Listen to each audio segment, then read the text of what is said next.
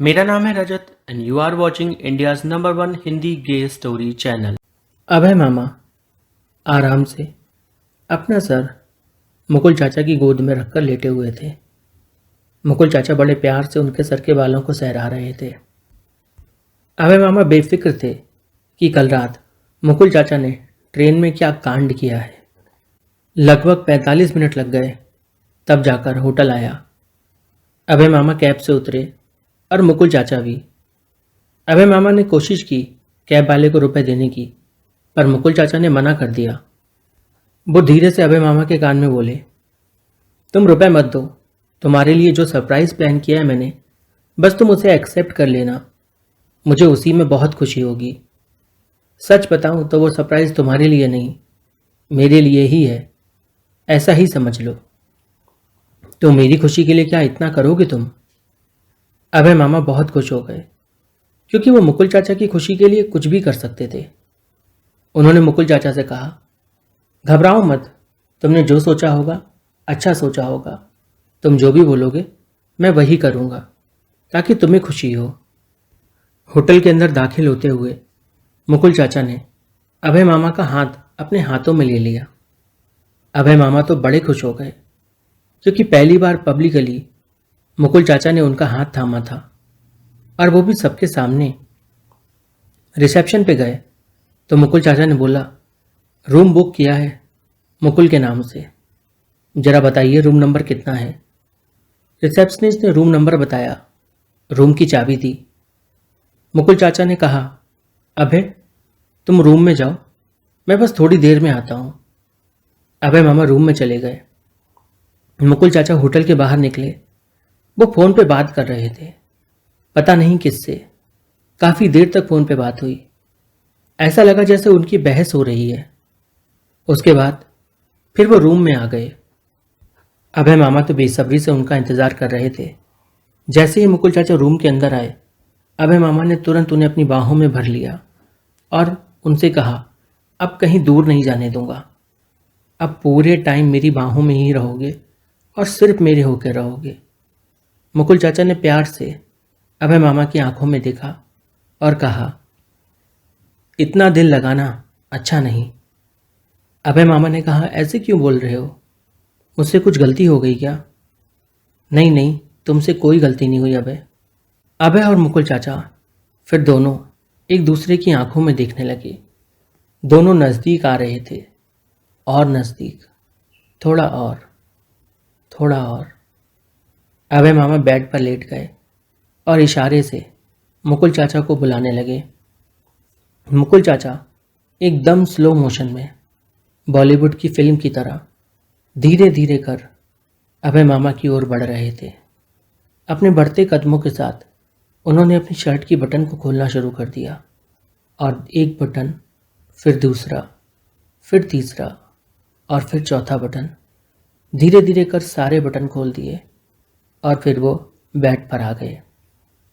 अभय मामा ने मुकुल चाचा को पकड़कर अपने ऊपर खींच लिया और उनकी शर्ट उतार कर फेंक दी। मुकुल चाचा और अभय मामा एक दूजे में खोने को पूरी तरह से तैयार थे कि तभी रूम की बेल बजी। ओफो, कौन आया है कबाब में हड्डी? अभय मामा बड़बड़ाते हुए उठे। उन्होंने जाकर रूम का दरवाज़ा खोला तो रूम सर्विस वाला था। वो ब्रेकफास्ट, पानी और कोल्ड ड्रिंक लेकर आया था। उसने अभय मामा से पूछा, सर इसे कहाँ रख दूँ? अभय मामा ने टेबल की ओर इशारा किया और बोले, यहाँ रख दो। उसने बॉटल वहीं रखी और नाश्ता भी, और हैव ए गुड डे कहकर कमरे के बाहर निकल गया।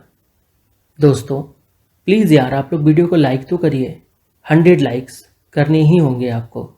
साथ ही कमेंट में मेरे लिए हार्ट छोड़िए, ठीक है? वीडियो को शेयर कीजिए और चैनल को सब्सक्राइब करिए। साथ ही आप चैनल की मेंबरशिप ले सकते हो, ताकि फ्यूचर में आने वाले वीडियोस का आपको अर्ली एक्सेस मिल सके, आपको वीडियोस के लिए वेट ना करना पड़े। प्लीज़ चैनल को सब्सक्राइब कर लीजिए और चाहे तो मेंबरशिप भी ले लीजिए। अभय मामा धीरे धीरे कर अब आगे बढ़ रहे थे। मुकुल चाचा बेड पर उनका इंतजार कर रहे थे। दोनों लड़कों की आंखों में मदहोशी थी, एक नशा सा दोनों के ऊपर छाया हुआ था, जिसकी खुमारी बस चढ़ती ही जा रही थी, जो उतरने का नाम नहीं ले रही थी। अभय मामा धीरे धीरे कर आगे बढ़े। उन्होंने अपना एक हाथ बेड पर इधर रखा, दूसरा उधर, और बीच में मुकुल चाचा। धीरे धीरे कर वो मुकुल चाचा के ऊपर आ गए और उनकी टांगों पर आकर बैठ गए। उन्होंने मुकुल चाचा को गर्दन से पकड़ा और अपनी तरफ आगे के लिए उठाया। उनके सर के बाल को दूसरे हाथ से सहराया और फिर कसकर भींच लिया। इससे मुकुल चाचा की चीख निकल गई और अभय मामा ने मुकुल चाचा के होठों को अपने होठों में भर लिया। एक बार फिर दोनों पैशनेटली एक दूसरे को चूम रहे थे कि तभी फिर से बेल बजी। इस बार अभय मामा को गुस्सा ही आ गया। उन्होंने जोर से चिल्लाया, कौन है यार, बार बार डिस्टर्ब करने आ रहे हो? एक बार में नहीं हो पा रही तुम्हारी रूम सर्विस? बड़बड़ाते हुए ने कमरे का दरवाजा खोला तो वह हैरान रह गए। उन्हें अपनी आंखों पर यकीन नहीं हो रहा था कि अरे ये कौन सामने खड़ा है। अभय मामा कुछ बोलते उससे पहले ही उस इंसान ने अभय मामा को कसकर अपने सीने से लगा लिया, अपनी बाहों में जकड़ लिया और उनके गर्दन पर चूमकर उनको हैप्पी बर्थडे जान बोला। अभय मामा शॉक्ड थे। उन्हें समझ में नहीं आ रहा था कि आखिर ये क्या हो गया। उन्होंने मुकुल चाचा की ओर देखा। मुकुल चाचा के चेहरे पर कोई भी हैरानी भरा भाव नहीं था, बस एक भाव दिख रहा था जो था हवस का। अभय मामा ने मुकुल चाचा से गुस्से में कहा, ये प्लान था तुम्हारा? ये तुम्हारा सरप्राइज था? मुझे बिल्कुल पसंद नहीं आया मुकुल, बिल्कुल भी नहीं। मैं तुम्हारा इसमें बिल्कुल भी साथ नहीं दूंगा। मुकुल चाचा बोले, अरे तुम मुझे गलत समझ रहे हो। क्या सोच रहे हो तुम गलत सोच रहे हो। मौका तो दो समझाने का। अभय मामा सुन नहीं रहे थे। और यह आदमी कोई और नहीं, ये वही पहलवान था जिसने अभय मामा को पकड़ लिया था, पहले अपनी बाहों में जकड़ लिया था और अभय मामा छटपटा रहे थे। आज वो फिर से उनकी आंखों के सामने था। अभय मामा गुस्से में रूम के बाहर जाने लगे तो मुकुल चाचा ने उन्हें कसकर पकड़ लिया और रूम में अंदर खींच लिया और उनसे बोले, देखो, मैं यहाँ तुम्हें खुश करने के लिए लाया था, तुम्हें दुखी करने का मेरा कोई भी वो नहीं था। पर अब जब तुम ईमानदारी से मान नहीं रहे हो तो मेरे पास कोई रास्ता नहीं। ये यहाँ आया है, मैं यहाँ आया हूँ। हमने तुम्हारे ऊपर इतना रुपया खर्च किया है, वो तो हम तुमसे वसूल के रहेंगे। अब चाहे तुम जो कर लो। अभय मामा बुरी तरह घबरा गए थे। उन्हें तो अंदाजा भी नहीं था कि मुकुल चाचा का प्लान ये है। वो पहलवान के साथ मिलकर अभय मामा का फायदा उठाना चाहते थे। अभय मामा ने तो वैसे भी ईमानदारी से खुद को मुकुल चाचा के हवाले कर दिया था, पर मुकुल चाचा की भूख दिन ब दिन बढ़ती जा रही थी।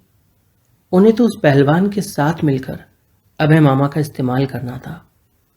अभय मामा ने मुकुल चाचा से कहा, देखो, अगर मेरे साथ कुछ भी करने की कोशिश की तो मैं शोर मचाऊंगा। इस पर मुकुल चाचा बोले, शोर तो तुम तब मचाओगे जब शोर मचाने की हालत में रहोगे। अभय मामा शॉक्ड हो गए और बोले, तो तुम मुझे मारोगे? मारने वाले हो तुम मुझे? मुकुल चाचा ने प्यार से अभय मामा के होठों को पकड़ा और रगड़ दिया और बोले, नहीं बेबी, तुमको थोड़ी मारेंगे, हम तो तुम्हारी। और चुप हो गए। अभय मामा घबराए हुए थे। वो कमरे से भागने की कोशिश कर रहे थे, पर इन दोनों ने उन्हें पकड़ लिया। अभय मामा बहुत घबराए हुए थे कि आखिर ये क्या हो रहा है। मुकुल ने मुझे धोखा दे दिया। मैंने मुकुल पर दोबारा से भरोसा किया। ये मेरी ही गलती थी और मुकुल ने आज मेरे साथ ये क्या कर दिया। दोस्तों, प्लीज़ चैनल को सब्सक्राइब कीजिए, वीडियो को लाइक कीजिए, कमेंट में हार्ट छोड़िए, साथ ही साथ वीडियो को शेयर जरूर करिए। अभय मामा के हाथ पांव फूले जा रहे थे। उनके दिल की धड़कन तेज और तेज होती जा रही थी। उन्हें अपने कानों पर यकीन नहीं हो रहा था, अपनी आंखों पर यकीन नहीं हो रहा था। जो हो रहा था वो बार बार उसे झुठलाने की कोशिश कर रहे थे। आंख बंद कर बार बार मन में कह रहे थे, उठ जा, ये सिर्फ सपना है, उठ जा अभय, ये सिर्फ सपना है। पर यह सपना नहीं था। उनके बार बार आंख बंद करके खोलने पर भी वो बदला नहीं जो वहां हो रहा था। पहलवान ने अभय मामा को टांग से पकड़ा और उन्हें अपनी बाहों में ऊपर उठा लिया और बेड पर जोर से पटक दिया। अभय मामा के तो हाथ पांव ढीले पड़ गए। उनकी पीठ में जोर का दर्द हो रहा था और पहलवान उनके ऊपर चढ़ गया। उसने मुकुल चाचा से कहा, देख, तू दूर रहे, आज तो ये मेरा शिकार है। बस आज तो मुझे मेरी मनमर्जी कर लेने दे। वैसे भी ये हाथ में नहीं आता, और आज जब इसके लिए इतना खर्चा किया है ना मैंने, तो मैं इसे जाने नहीं दूंगा। मुकुल चाचा ने पहलवान से कहा, अरे तुम्हारा ही है, मिल बांट के खाएंगे ना। तुम ऐसे अकेले अकेले खाओगे तो अच्छा नहीं लगेगा। पहलवान मुकुल चाचा से बोला, तो अब तू मुझसे बहस करेगा? औकात है तेरी?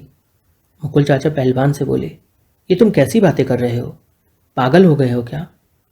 पहलवान ने मुकुल चाचा को धक्का दिया और बोला, अगर तू बीच में आया तो तुझे भी नहीं छोड़ूंगा, समझ लेना।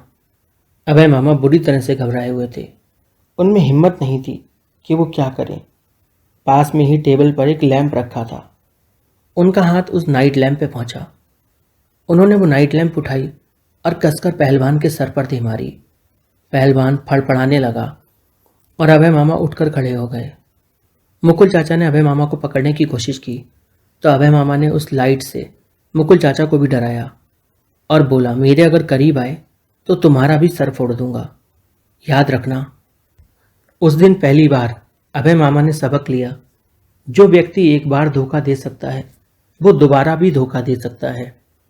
और उसके बाद घर जाकर उन्होंने उस घर को छोड़ दिया, क्योंकि उस घर से उनकी बहुत सारी यादें जुड़ी हुई थीं और वो यहाँ आकर आरब वाली बिल्डिंग में रहने लगे थे। आरब बड़े ध्यान से अभय मामा की कहानी सुन रहा था। अभय मामा की आंखों से आंसू गिर रहे थे।